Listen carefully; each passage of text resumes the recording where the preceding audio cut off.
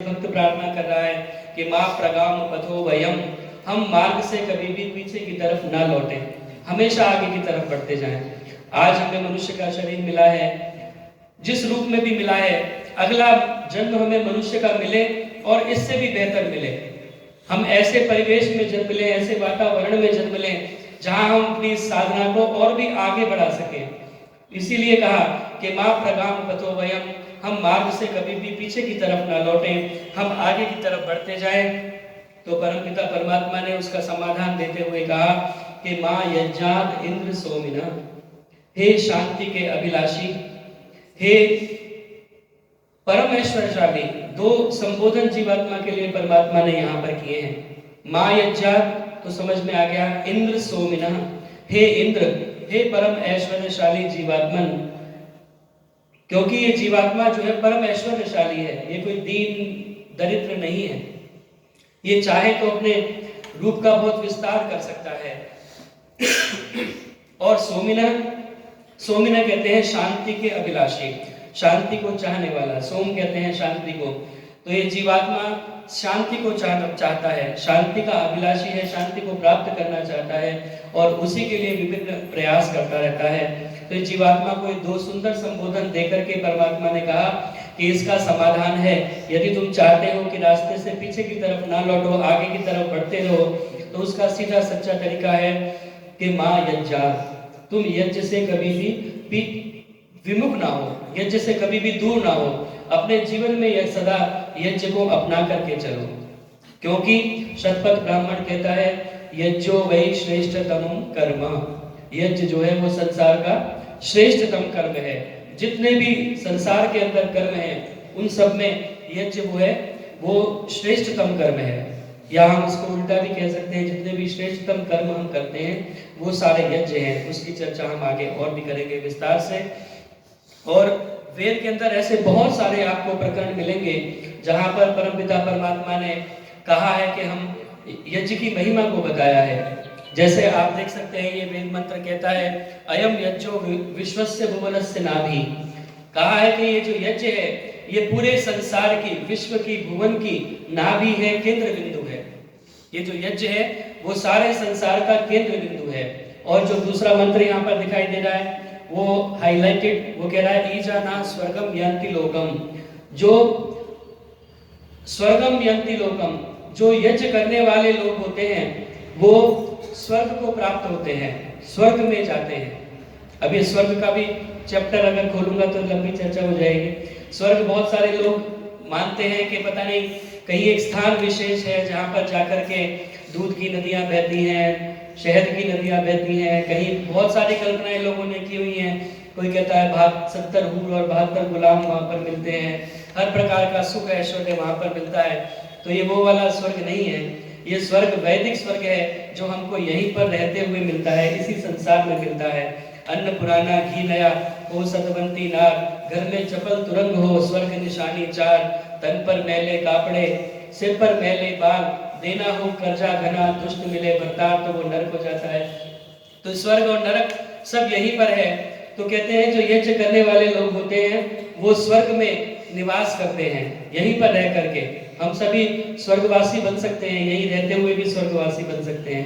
कहते हैं एक बार एक लड़की को देखने के लिए लड़के वाले आए, तो उस लड़की के पिताजी ने कहा कि हमारी बेटी बहुत सुशील है, हमारी बेटी बहुत सुशील है, आपके घर को स्वर्ग और घर वालों को स्वर्गवासी बना देंगे। तो ऐसे स्वर्गवासी हम भी यहीं पर रहते हुए भी बन सकते हैं। एक सज्जन अपने नाम के आगे लिखते थे स्वर्गवासी, तो हम यहीं पर रहते हुए भी स्वर्गवासी बन सकते हैं। क्योंकि स्वर्ग और नरक उसके लिए मरना नहीं पड़ता। हम ये सोचते हैं कि मर करके कहीं जाएंगे तो हमें स्वर्ग मिलेगा, लेकिन स्वर्ग इहैव, वेद कहता है इहैव, यहीं पर हमें स्वर्ग प्राप्त होता है। तो ऐसे स्वर्ग में जो यज्ञ को करने वाले लोग होते हैं वो स्वर्ग में निवास करते हैं, उनको स्वर्ग प्राप्त होता है। और भी बहुत सारे वेद मंत्र हम यहाँ पर रेफरेंस देख सकते हैं। यज्ञो वै श्रेष्ठतमम कर्म मैंने आपको बता दिया। एक बार ये कैमरे को देख लेंगे जरा, ये चल भी रहा है या कभी नहीं, ये रिकॉर्डिंग का। यज्ञो वै कल्प वृक्ष, यज्ञ कामनाओं को पूर्ण करने वाला होता है। कल्प वृक्ष हमने सुना है ना, एक कल्प वृक्ष होता है जिसके नीचे अगर बैठ जाओ तो आप मन में जो भी सोचोगे वही पूर्ण हो जाता है हमारा। ऐसा कल्प वृक्ष अभी तक तो वैज्ञानिकों ने कहीं पर प्राप्त नहीं किया है। हालांकि हमारा विज्ञान बहुत आगे निकल चुका है, लोकांतरों में हम जा चुके हैं। ऐसा कोई कल्प वृक्ष उन्हें नजर नहीं आया कि जहाँ नीचे बैठ जाएं जिसके और हमारी सारी कामनाएं पूर्ण हो जाएं। लेकिन वेद कहता है कि यज्ञो वही कल्प वृक्ष है, यह यज्ञ ही वो कल्प वृक्ष है जिसके द्वारा हमारी सारी कामनाओं की पूर्ति हो सकती है, हमारी कामनाएं पूर्ण हो सकती हैं। और अग्निहोत्रम जुहुयात् स्वर्ग कामः, जो स्वर्ग की अभिलाषा करना चाहे वो अग्निहोत्र करे। ये बहुत सारे और भी काफी सारे हैं, अगर आपको चाहिए तो मैं बहुत सारी लिस्ट दे सकता हूँ जहाँ पर यज्ञ के बारे में वेद में चर्चा आई है कि यज्ञ से क्या प्राप्त होता है, यज्ञ से कामनाओं की पूर्ति होती है, स्वर्ग प्राप्त होता है। इसीलिए माँ यज्ञात, हम यज्ञ को अपने जीवन में अपना करके चलें, यज्ञ से हम परे ना हो, यज्ञ से विमुख ना हो। अगर हम चाहते हैं कि अपने मार्ग से हम पीछे की तरफ ना लौटें, तो यह केवल वेद में नहीं और भी आपको अन्यत्र शास्त्रों के अंदर सर्वत्र इसकी चर्चा मिलती है कि यज्ञ से हम अपने जीवन का कल्याण कर सकते हैं। गीता भी कहती है कि अन्नात् भवन्ति भूतानि पर्जन्याद् अन्न संभव यज्ञात् भवति पर्जन्यः यज्ञ कर्म समुद्भव। कहते हैं कि जीवात्माओं को जीने के लिए हम सभी को अन्न की आवश्यकता होती है। अन्नात् भवन्ति भूतानि पर्जन्याद् अन्न संभव। और अन्न कैसे पैदा होता है? अन्न पैदा होता है जब बादल बरसात करते हैं। अगर बरसात ना हो तो फसल पैदा ना हो, अन्न पैदा ना हो। पर्जन्याद् अन्न संभव यज्ञात् भवति पर्जन्यः। और बादल बरसाते क्यों हैं, कैसे वर्षा होती है? वो होती है यज्ञात् भवति पर्जन्यः, यज्ञ के द्वारा वर्षा होती है। निकामे निकामे न पर्जन्यो वर्षतु। हम प्रार्थना करते हैं कि जब हम चाहें, जब हमारी इच्छा हो, जब फसलों को आवश्यकता हो तब वर्षा हो। तो ये यज्ञ के द्वारा संभव है कि जब जब वर्षा की आवश्यकता हो तभी वर्षा हो। अतिवृष्टि ना हो, अनावृष्टि ना हो, बहुत ज्यादा बारिश ना हो, बाढ़ ना आए, सूखा ना पड़े, यह यज्ञ के द्वारा संभव है। यज्ञ कर्म समुद्भव, ये यज्ञ जो है हमारे सद्व्यवहार से, सद्गुणों से होता है। तो ये गीता भी हमें इस प्रकार की शिक्षा देती है। और अपने महापुरुषों के जीवन में भी अगर हम झांक करके देखें, भगवान राम, भगवान कृष्ण, जिनको हम अपना आदर्श मानते हैं, उनके जीवन के अंदर भी हम जा करके देखें तो यज्ञ हमें विभिन्न स्थानों पर उनके जीवन में भी प्राप्त होता है। अवतीर्य रथात् तूर्णं कृत्वा शौचं यथाविधि रथमोचनम आदिश्य संध्याम उपविवेश। संध्या और हवन वहां पर हमें प्राप्त होता है। भगवान श्री कृष्ण जब संधि का प्रस्ताव लेकर के हस्तिनापुर जा रहे हैं तो उनके रास्ते की ये चर्चा है कि अवतीर्य रथात् तूर्णं कृत्वा शौचं यथाविधि रथमोचनम आदिश्य। रथ को खोलने का आदेश देकर के उन्होंने वहां पर संध्या और उपासना और यज्ञ इत्यादि अपना कार्य किया। और उसके बाद भी जब वो सभा में जाने लगे शांति प्रस्ताव के लिए, वहां पर भी श्लोक आता है महाभारत के अंदर, कृतोदकार्य जप्य स हुताग्नि समं अलंकृतः। कहते हैं कि वहां पर भी जाने से पहले भगवान श्री कृष्ण ने यज्ञ किया। हुताग्नि समलंकृतः, अग्नि हुताग्नि होत्र करके उससे समलंकृत होकर के फिर वो सभा के अंदर जाकर के उन्होंने अपनी चर्चा की। तो ये हमें विभिन्न स्थानों पर, क्योंकि भगवान श्री कृष्ण की दिनचर्या जहाँ पर आती है वहां पर ये वर्णन आता है कि वो प्रातः काल ब्रह्म मुहूर्त में 3 बजे उठ जाया करते थे। उठ करके शौचादि से निवृत्त होकर के वो संध्या करते थे, उपासना करते थे, यज्ञ करते थे और उसके बाद में अपनी गौशाला में जाकर के गौओं की सेवा करते थे। तब वो जाकर के कहीं अपने राज कार्य में लगते थे। तो ये भगवान श्री कृष्ण के जीवन का भी हमें प्राप्त होता है। भगवान श्री राम के जीवन में भी अगर हम देखेंगे तो उनके जीवन में भी यज्ञ हमें प्राप्त होता है। कौशल्या सुप्रजा राम पूर्वा संध्या प्रवर्तते उत्तिष्ठ नरदशार्दूल कर्तव्यम दैवमानिकम। जब भगवान श्री राम और लक्ष्मण विश्वामित्र मुनि के साथ में जा रहे हैं तो वहां पर विश्वामित्र मुनि, एक समय का प्रसंग वहां पर आया है वाल्मीकि रामायण के अंदर कि उन दोनों को उठाते हुए, जगाते हुए कहते हैं कि अब प्रातः काल हो गई है, उठो और उठ करके संध्या करो और यज्ञ करो। और जब भगवान श्री राम वन के लिए जा रहे हैं और जाकर के माता कौशल्या से उन्होंने परमिशन लेने के लिए, अनुमति लेने के लिए वो गए, तो वहां पर यह प्रसंग आया है कि माता कौशल्या रेशमी परिधान पहने हुए यज्ञ कर रही थी। सा क्षौम वसना अग्निम जुहोति स्म। वह यज्ञ कर रही थी अपने कक्ष में रेशमी परिधान पहने हुए। तो ये रामायण महाभारत जहां भी आप देखेंगे हमारे महापुरुषों के जीवन में, और भगवान श्री राम का जीवन तो यज्ञ में पूरा जीवन था। यज्ञ की रक्षा के लिए उन्होंने पूरा 14 वर्ष तक वन में रह करके यज्ञ की रक्षा की। उससे पहले भी विश्वामित्र के साथ जब उन्हें विश्वामित्र उन्हें लेकर के गए तो इसीलिए लेकर के गए थे क्योंकि जो राक्षस लोग हैं वो यज्ञ का विध्वंस कर देते हैं, यज्ञ करने नहीं देते, तो उनको लेकर के गए। तो भगवान श्री राम ने उन्हें जाकर के आश्वासन दिया कि प्रात कहा मुनि सन रघुराई, निर्भय यज्ञ करो तुम जाई, होम करण लागे मुनि झारी, आप रहे मक की रखवारी। तो भगवान श्री राम के जीवन में भी हमें ये यज्ञ प्राप्त होता है। और हमें यज्ञ क्यों करना चाहिए? क्योंकि हमारे महापुरुष भगवान श्री राम, भगवान श्री कृष्ण और भी महापुरुषों के जीवन को देखेंगे तो उनका जीवन यज्ञ के साथ में चलता था। यज्ञ उनके जीवन का अंग था। यज्ञ से हमारा वातावरण शुद्ध होता है, यज्ञ से समय पर वर्षा होती है। और शास्त्रों में विभिन्न स्थानों पर इसका विधान है कि हम यज्ञ करें। और हमारा भारतवर्ष एक ऐसा समय था जबकि यहाँ पर प्रत्येक घर में प्रतिदिन प्रातः सायं यज्ञ होता था। तब वैदिक युग था, किसी प्रकार का कोई कष्ट क्लेश नहीं था, सब प्रकार से वातावरण बहुत अच्छा था। और एक समय की वो बात है जबकि छांदोग्य उपनिषद में इसकी चर्चा आती है कि कुछ मुनि ऋषि इकट्ठे होकर के महाराजा अश्वपति के पास में पहुंचे और महाराजा अश्वपति से उन्होंने कुछ चर्चा करने के लिए, कुछ प्रश्न करने के लिए वहां पर उपस्थित हुए। महाराजा अश्वपति ने कहा कि मैं तुम्हारा समाधान करूंगा, लेकिन मेरा आतिथ्य आप स्वीकार करें। आप बहुत दूर से चल करके आए हैं, भोजन इत्यादि कर लें, विश्राम कर लें। तो उन मुनि लोगों ने थोड़ा सा जो है उससे संकोच करने की जब प्रवृत्ति दिखाई तो महाराजा अश्वपति ने बहुत ही डिम स्वर में यह घोषणा की कि आप मेरा आतिथ्य स्वीकार क्यों नहीं करते? क्या आपके मन में ऐसी कोई शंका है कि मेरे राज्य में जो धन है वो गलत रास्ते से आता है, कोई चोर इत्यादि होंगे या कोई कुकर्म या कोई इस प्रकार का अपराध मेरे राज्य में होता हो? क्योंकि ऐसे स्थानों पर भोजन ग्रहण नहीं किया करते ऋषि लोग। तो उन्होंने ये घोषणा की, नामेस्तेनो जनपदे न कदर्यो न च मद्यप नाना हिताब्दे न विद्वान न स्वैरी स्वैरिणी कुतः। महाराजा अश्वपति वहां पर ये घोषणा करते हुए कहते हैं कि हे ऋषि पुत्रों, मेरे राज्य में नामेस्तेनो जनपदे, मेरे राज्य में कोई भी चोर नहीं है।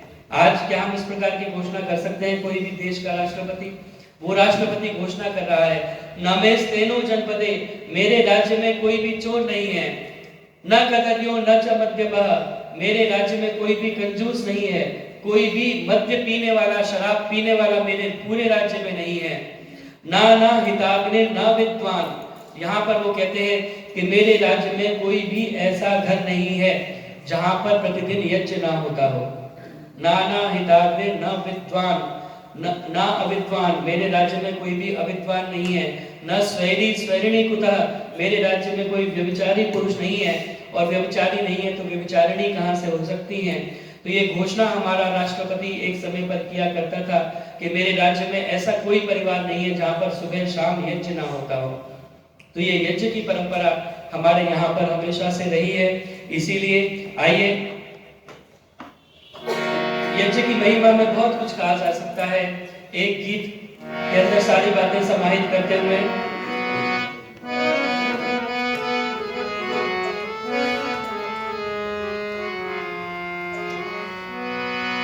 सुख में होगा सब संसार, नर नारी हवन रचाओ। सुख में होगा सब संसार, नर नारी हवन रचाओ, नर नारी हवन रचाओ, नर नारी हवन रचाओ, नर नारी हवन रचाओ, नर नारी हवन रचाओ। सुख में होगा सब संसार, नर नारी हवन रचाओ। सुख में होगा सब संसार,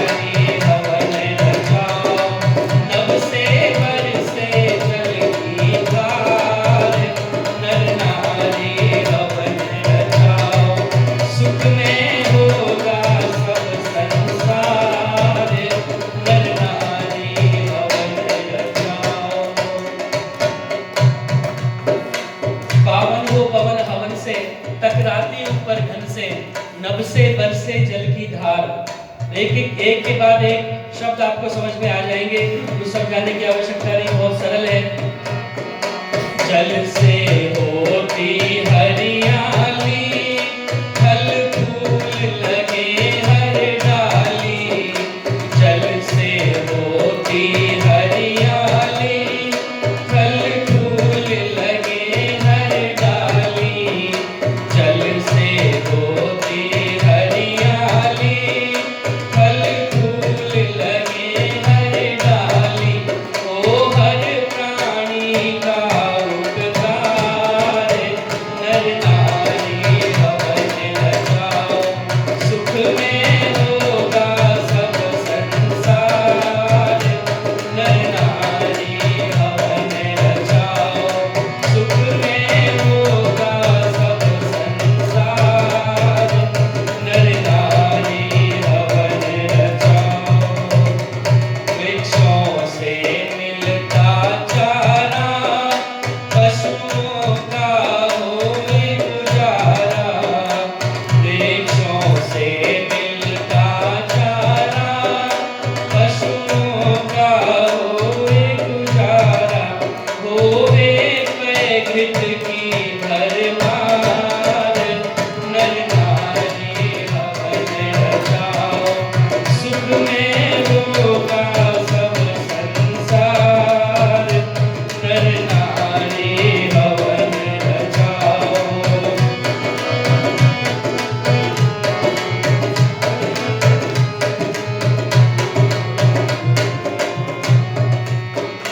सुख पावे जनता सारी, ना फैले कोई बीमारी।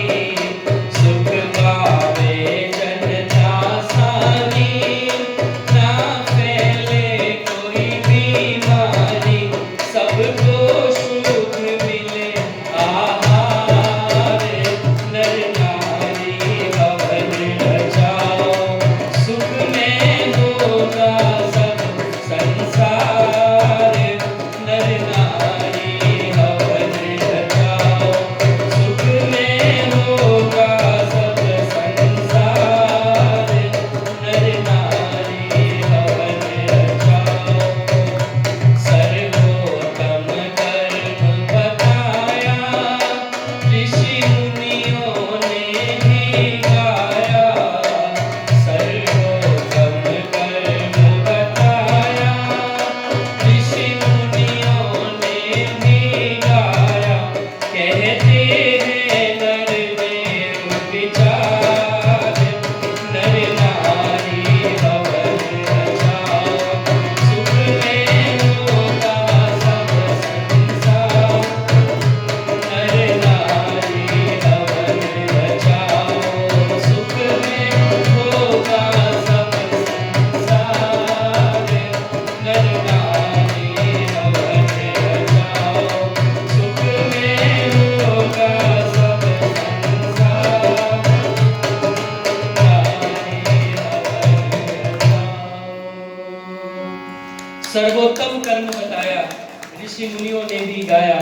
कहते हैं नरदेव विचार है, जो वही श्रेष्ठतम कर्म, यज्ञ संसार का श्रेष्ठतम कर्म है। और आचार्य चाणक्य तो यहाँ तक कह देते हैं कि न विप्र पादो दक कर्दमानी, न विप्र पादो दक कर्दमानी, न वेद शास्त्र ध्वनि गर्जितानि। स्वाहा स्वधाकार विवर्जितानि, शमशान तुल्यानि गृहाणि तानि। कहते हैं कि जिस घर में न वेद शास्त्र ध्वनि गर्जितानि, स्वाहा स्वधाकार विवर्जितानि, जिस घर में स्वाहा की आवाज नहीं आती, जब आहुतियां देते हैं तो स्वाहा स्वाहा बोलते हैं ना मंत्र के साथ में, जिस घर से स्वाहा की आहुतियों की आवाज नहीं आती, शमशान तुल्यानि गृहाणि तानि, वो घर शमशान के तुल्य हैं। तो इसीलिए आइए अपने घर में हम इस यज्ञ की परंपरा को आगे बढ़ाएं। और यज्ञ के बारे में वैसे तो बहुत कुछ कहा जा सकता है, समय बहुत तेजी से भागा जा रहा है, मुझे अपनी चर्चा को भी आगे बढ़ाना है। तो यज्ञ हमने समझा कि यज्ञ के फायदे क्या क्या हैं, यज्ञ से क्या होता है, वातावरण शुद्ध होता है, समय पर वर्षा होती है, समय पर वर्षा होगी तो हमारे जो पेड़ पौधे वन वनस्पति हैं वो सही प्रकार से उत्पन्न होंगे और वो पशुओं को मिलेंगे, हमें भी मिलेंगे, हमारा भी उद्धार होगा, हमें दूध घी खाने के लिए मिलेगा, वनस्पतियां मिलेंगी। ये सारा चक्र ये यज्ञ के द्वारा चलता है। आज हमने यज्ञ को करना छोड़ दिया, इसीलिए ये पूरा वातावरण जो है वो गड़बड़ा रहा है। पिछली बार आपने देखा टेम्परेचर कहाँ तक पहुंचा, 50 से भी ऊपर जाकर के, और आने वाले समय में और क्या परिस्थितियां होंगी। तो इसीलिए इस यज्ञ को अपने जीवन में हम अपनाएं। और यज्ञ होता क्या है, यज्ञ कितने प्रकार का होता है? तो यज्ञ मुख्यतः हम दो भागों में इसको विभक्त कर सकते हैं। एक तो है नित्य कर्म और एक है नैमित्तिक। एक नित्य यज्ञ और एक नैमित्तिक यज्ञ। नित्य यज्ञ कहते हैं जो हम डेली हमें करना चाहिए। और वो कौन कौन से यज्ञ हैं? वो महर्षि दयानंद सरस्वती ने हमें वेदों के आधार पर 5 महायज्ञ, उनको यज्ञ की बजाय भी महायज्ञ कहा, वो हमें लाकर के दिए, बताए कि ये 5 महायज्ञ हमें नित्य प्रति करने चाहिए। और उसके अलावा कुछ यज्ञ ऐसे होते हैं जो हमें नैमित्तिक करने होते हैं, किसी विशेष अवसर पर, किसी विशेष प्रयोजन से, विशेष कार्य से करने होते हैं। जैसे कि भगवान श्री राम का जन्म तो यज्ञ से हुआ, और वो पुत्रेष्टि यज्ञ है, पुत्र की कामना के लिए पुत्रेष्टि यज्ञ उन्होंने किया। तो ऐसे नैमित्तिक यज्ञ कहते हैं। जैसे अश्वमेध यज्ञ हम करें, या किसी संस्कार के लिए हम यज्ञ करें कि अब नामकरण संस्कार करना है या कोई और संस्कार करना है, तो उस पर भी यज्ञ किया जाता है। तो वो नैमित्तिक यज्ञ की श्रेणी में आते हैं। और नित्य यज्ञ जो है वो 5 हमें बताए गए। वो 5 कौन कौन से हैं? क्या नाम बता सकते हैं आप मुझे? एक आप सभी तो जानते ही हैं, तो कुछ इधर से आवाज आए। पहला यज्ञ ब्रह्म यज्ञ, दूसरा देव यज्ञ, वैसे तो यहाँ से आप नकल भी कर सकते हैं। दूसरा देव यज्ञ, और तीसरा पितृ यज्ञ, चौथा बलि वैश्वदेव यज्ञ, और 5वां अतिथि यज्ञ। ये 5 यज्ञ प्रत्येक गृहस्थी को अपने घर में करने चाहिए। और ये 5 यज्ञ होते कौन कौन से हैं, क्या क्या करना होता है इनके अंदर? तो आइए थोड़ी सी चर्चा इसकी भी आगे करते हुए चले। महर्षि स्वामी दयानंद सरस्वती ने एक पूरी पुस्तक लिखी है इसके ऊपर, और उसमें पुस्तक का नाम दिया है पंच महायज्ञ विधि। उसमें इन 5 यज्ञों के बारे में विस्तार से चर्चा की गई है। और ये 5 यज्ञ क्या क्या है, क्या करना होता है इनमें हमें? ऋषिवर देव दयानंद की पद्धति हमको अपनानी है। 5 महायज्ञों की महिमा घर घर में पहुंचानी है। ऋषिवर देव दयानंद की पद्धति हमको अपनानी है। 5 महायज्ञों की महिमा घर घर में पहुंचानी है। वेदों के अनुकूल पद्धति हम सबको अपनानी है। 5 महायज्ञों की महिमा घर घर में पहुंचानी है। 5 महायज्ञों की महिमा घर घर में पहुंचानी है। कौन कौन से यज्ञ है? पहला यज्ञ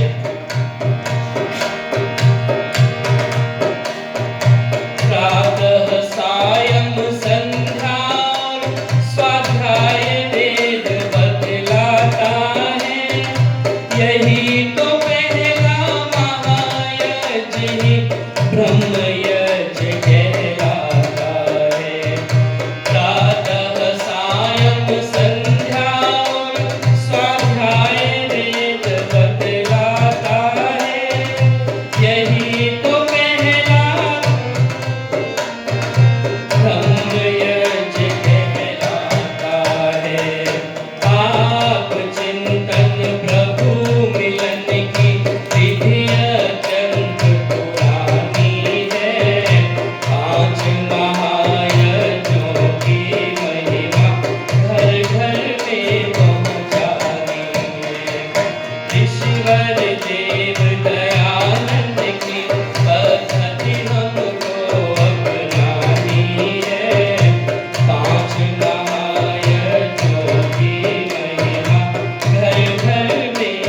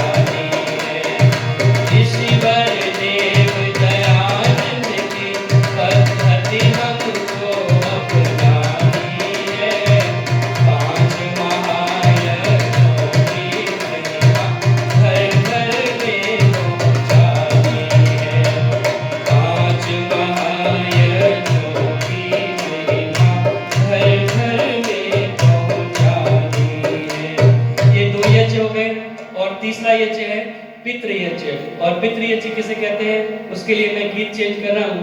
नरेश दत्त जी ने बहुत सुंदर गीत लिखा है, उसके माध्यम से तीसरे यज्ञ की चर्चा करेंगे।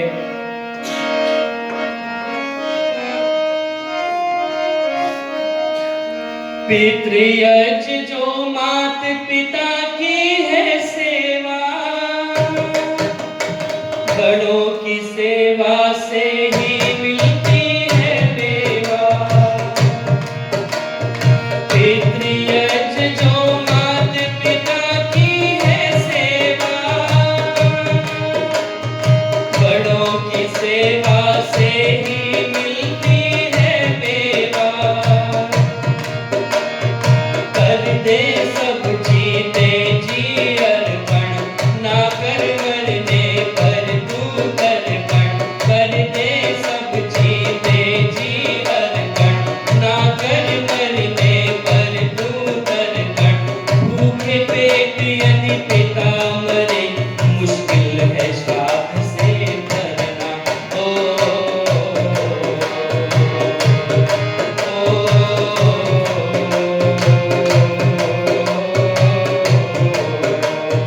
देव दयानंद ने बतलाया 5 यज्ञों का करना। देव दयानंद ने समझाया 5 यज्ञों का करना। दीन दुखी निर्बल लोगों के दुख हमेशा हरना।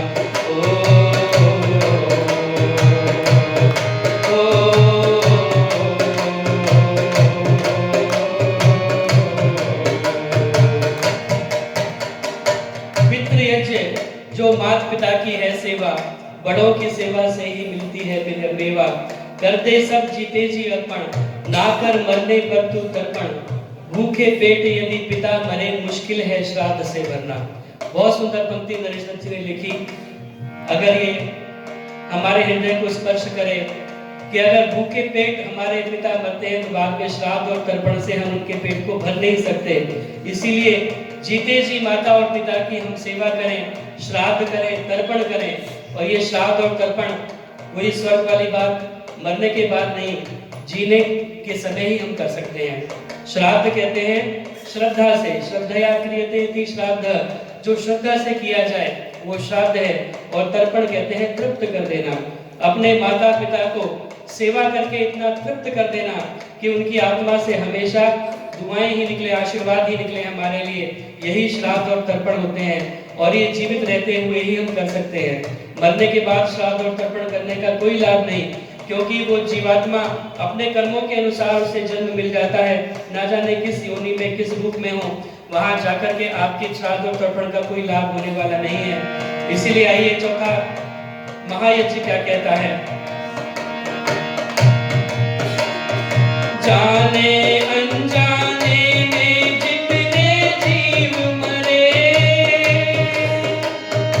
उनके प्रायश्चित के लिए बलि वैश्व करे। जाने अनजाने में जितने जीव मरे, उनके प्रायश्चित के लिए बलि वैश्व करे। 10 आहुति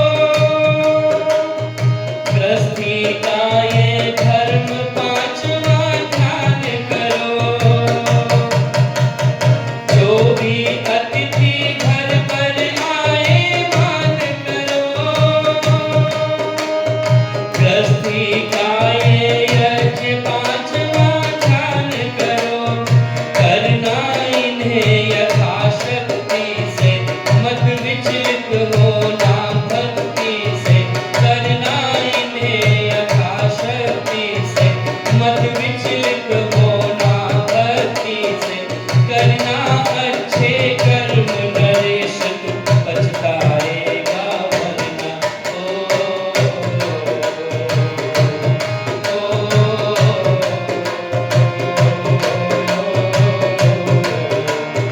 देव दयानंद ने बतलाया पांच यज्ञों का करना, देव दयानंद ने समझाया पांच यज्ञों का करना, दीन दुखी निर्बल लोगों के दुख हमेशा हरना।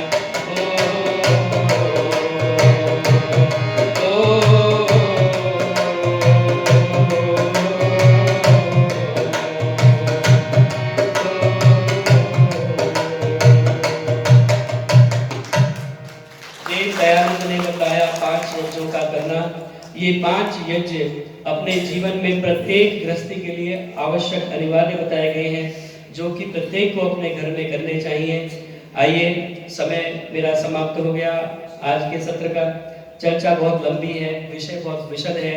अभी केवल हमने चर्चा जो की है वो इतनी की है कि माँ प्रगाम बतो वयम, हम मार्ग से कभी भी पीछे की तरफ ना लौटे, जिसका समाधान देते हुए परमपिता परमात्मा ने कहा कि माँ यज्ञाद, तुम अपने जीवन में यज्ञ से कभी भी विमुख ना हो, अपने जीवन में हमेशा यज्ञ को अपना करके चलो, तभी तुम इसमें आगे बढ़ सकते हो।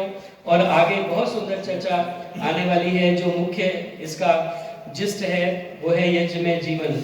ये जो यज्ञ हम कर रहे हैं, ये जो भौतिक यज्ञ हम करते हैं आहुतियां डाल करके, स्वाहा बोल करके, ये यज्ञ केवल एक यज्ञ है, एक प्रकार है, एक रूप है यज्ञ का। लेकिन जो वास्तविक यज्ञ है वो यज्ञ वो है जिसमें हम अपने जीवन को पूरा आहूत कर देते हैं। पूरे जीवन को हम यज्ञ में कैसे बना सकते हैं, उसके लिए भी बहुत सुंदर वेद में मंत्र आया है। यद पुरुषेण हविषा देवा यज्ञ मतन्वत अस्तिनु तस्माद ओजियो यद विहव्येन ईजिरे। इसकी चर्चा हम आगे आने वाले सत्र में संभवतः परसों करेंगे। कल क्योंकि 26 जनवरी है, कल का विषय थोड़ा अलग रहेगा। इसको आगे और जिसको सुनना हो उनको मैं निमंत्रण दे रहा हूँ, वो आगे आने वाले सत्रों को भी अटेंड करें, ताकि आप इस पूरी चर्चा को सुन पाएं कि अपने जीवन को हम यज्ञ में कैसे बना सकते हैं। ये जो हम आहुतियां देकर के यद विहव्येन ईजिरे मंत्र कहता है कि हम जो ये हव्यों के द्वारा यज्ञ कर रहे हैं, ये यज्ञ केवल एक यज्ञ है, एक प्रकार है, बहुत सूक्ष्म रूप है। लेकिन इसका जो वास्तविक अर्थ है वो अपने जीवन को यज्ञ बनाने का है। उसकी चर्चा हम विशद रूप से करेंगे। आप सभी परसों के सत्र में भी अवश्य आएं। कल की विषय थोड़ा सा अलग रहेगा, जो कल आ सकते हैं वो भी आने का प्रयास करें। इतना कहकर के मैं अपनी वाणी को विराम देता हूँ। आपने बहुत ही धैर्य से मेरी बातों को सुना। इतने ओम शम बहुत